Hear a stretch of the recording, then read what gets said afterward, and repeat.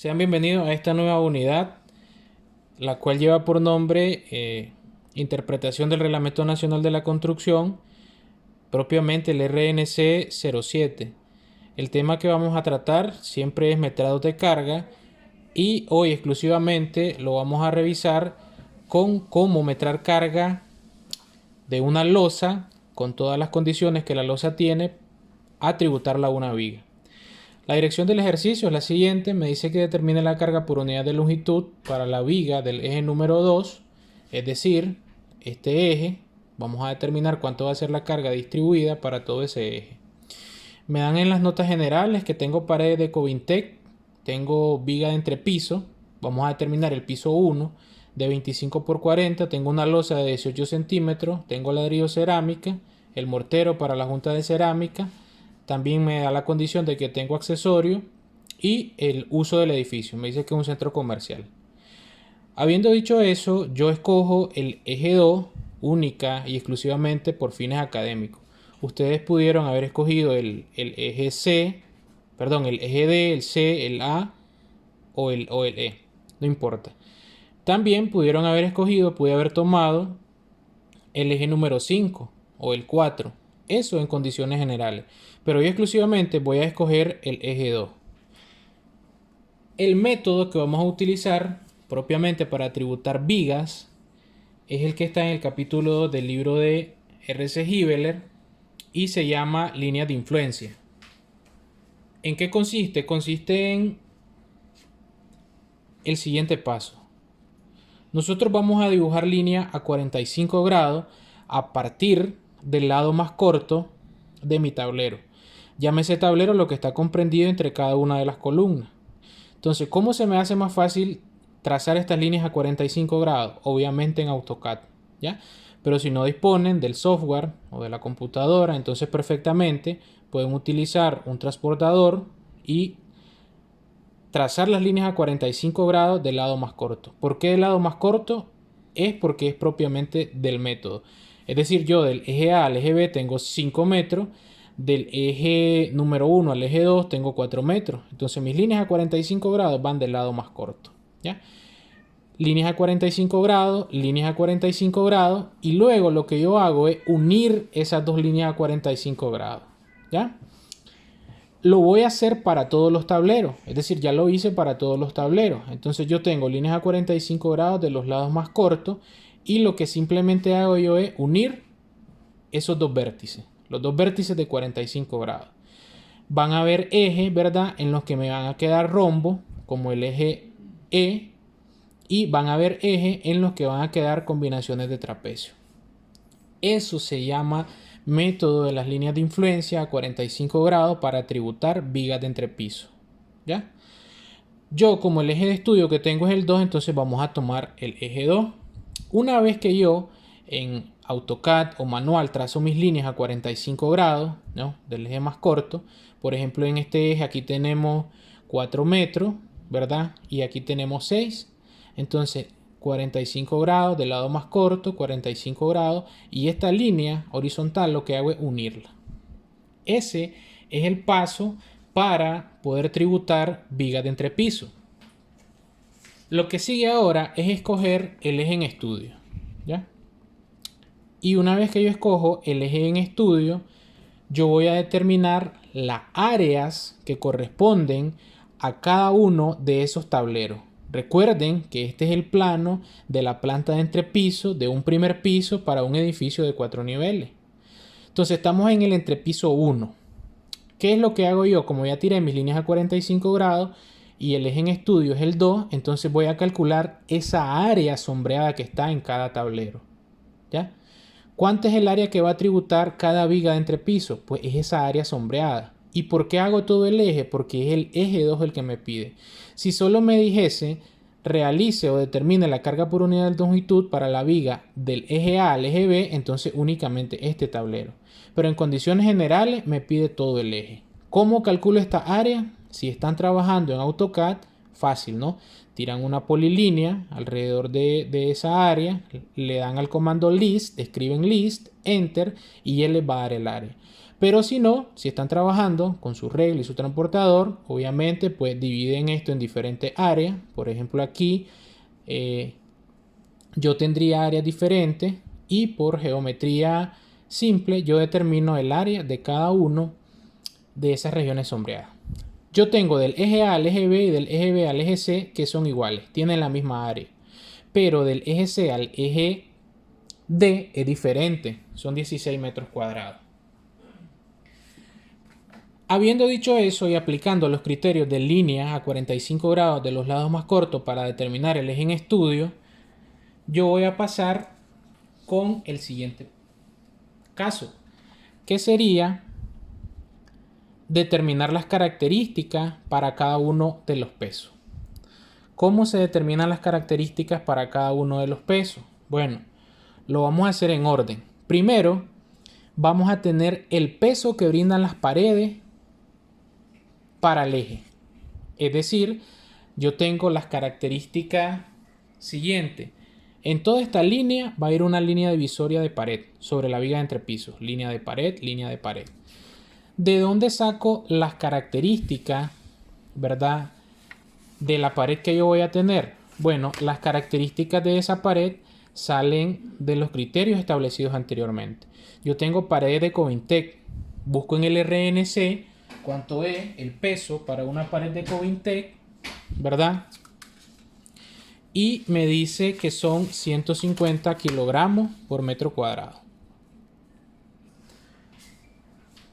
El paso que sigue es determinar cuánto es el aporte que hace la pared a esa viga de entrepiso. ¿Cómo lo saco?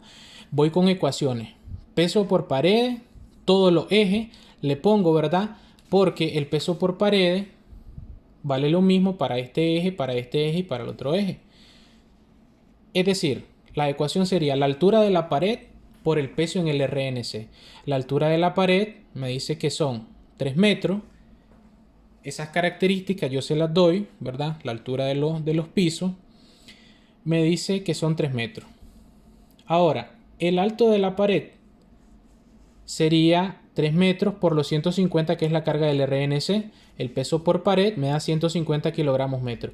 Vean que la carga está en unidades lineales. Luego de eso voy con número 2, ¿no? Voy viendo qué es lo que va cargando mi viga de entrepiso. Ya le puse la pared, ahora voy con el peso propio de la viga de entrepiso. Le pongo todos los ejes porque es la misma viga para todo ese eje 2. El peso por viga, peso propio por viga sería el área de la sección transversal por el peso volumétrico. Me dice que el área de la sección transversal es de 25 por 40. Esas características me las dan. Por el peso volumétrico me da 240 kilogramos metro. ¿Ya? Luego voy con el inciso 3, el peso de la losa. ¿Cuánto aporta la losa? ¿A qué eje? Del eje A al eje B es el mismo que del eje B al C. ¿Ya? ¿Por qué es el mismo? Porque cargan la misma área. 12 metros cuadrados y 12 metros cuadrados. Entonces, yo digo que mi peso que aporta la losa va a ser el volumen de la losa por el peso volumétrico del concreto entre el ancho del marco. ¿Y qué pasa con el acero? Por fines académicos lo vamos a obviar. Yo tengo que el volumen de la losa sería los 12 metros cuadrados, que es mi área, estamos trabajando para un eje, por el espesor de la losa, son 18 centímetros, por el peso volumétrico del concreto. Si yo calculo esto, me va a quedar en unidades de kilogramos sobre metros cúbicos. Entonces yo lo que hago en unidades de kilogramos únicamente, ¿verdad? Yo lo que hago para distribuirlo en kilogramos metros es dividirlo entre el ancho del marco. Entre el ancho de cuál marco, como estoy trabajando en función del eje A al eje B, que es el mismo del eje B al C, entonces la longitud de mi marco son 5 metros, de A a B. Habiendo dicho eso, paso al inciso 3.2, que sería el peso de la losa, pero en el eje de C a D. ¿Y por qué son diferentes? Pues justamente porque las áreas son diferentes, ¿ya? Justamente yo previo calculé que mi área de C a D es 16 y en los otros espacios es de 12.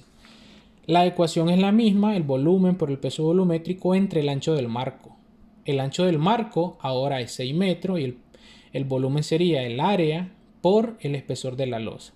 Eso me da un total de 1152 kilogramos metro.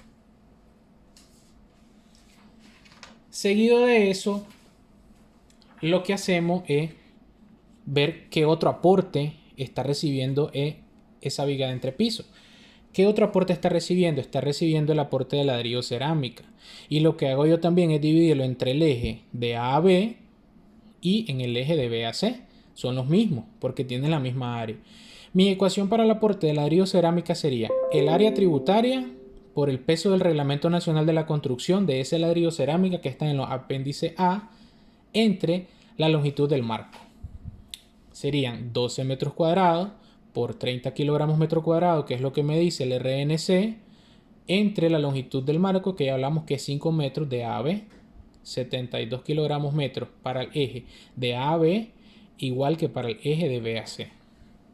En el siguiente eje, que el eje C a D, yo tengo la misma ecuación, solo que cambia mi 12 y ahora va a ser 16. Y también cambia mi longitud, en lugar de 5 va a ser 6. O sea que para el eje de C a D yo tengo 80 kilogramos metro. En el inciso 4 tengo mortero para junta. Lo divido de A a B y de B a C. Mi ecuación de mortero para junta sería la misma que la ecuación del espesor de la losa, ¿no? Entonces vamos a tener el volumen, ¿no? Estamos hablando de la junta para pegar la cerámica. Sería el volumen por el peso volumétrico del mortero para junta entre la longitud del marco. ¿Cuánto es el volumen? Sería el área, ¿no? Por el espesor. 12 metros cuadrados del eje de A a B por el espesor. ¿Qué espesor le damos para pegar cerámica? Eso es a criterio. Yo voy a estipular 2 centímetros. Entonces, el volumen por el peso volumétrico del mortero que está en el apéndice A del RNC entre la longitud del marco del eje de A a B es igual de B a C. 106 kilogramos metro. Aplico la misma ecuación, solo que ahora del eje C al D. ¿Cuánto va a ser mi carga? Bueno, mi área es diferente y mi longitud es diferente. Me dice que son 117 kilogramos metro. Como inciso número 6, ya para terminar, yo tengo la carga por accesorio. Y esa carga por accesorio está dada por instalaciones eléctricas, algún accesorio como abanico que ustedes van a poner, etc. En este caso no tengo cielo falso, pero si yo quisiera, le agrego cielo falso para hacer, ¿verdad?, el ejercicio un tanto más largo, ¿no? Además de que llevamos una losa de concreto reforzado y el acabado, en teoría, que le vamos a dar es un acabado únicamente con el que queda después de quitar la formaleta. Carga por accesorio, igual lo divido del eje A al B es igual que del B al C. Peso por accesorio sería el área tributaria por el peso del RNC entre la longitud del marco. ¿Cuánto es mi área tributaria? Bueno, de A a B es igual que B a C, 12 metros cuadrados.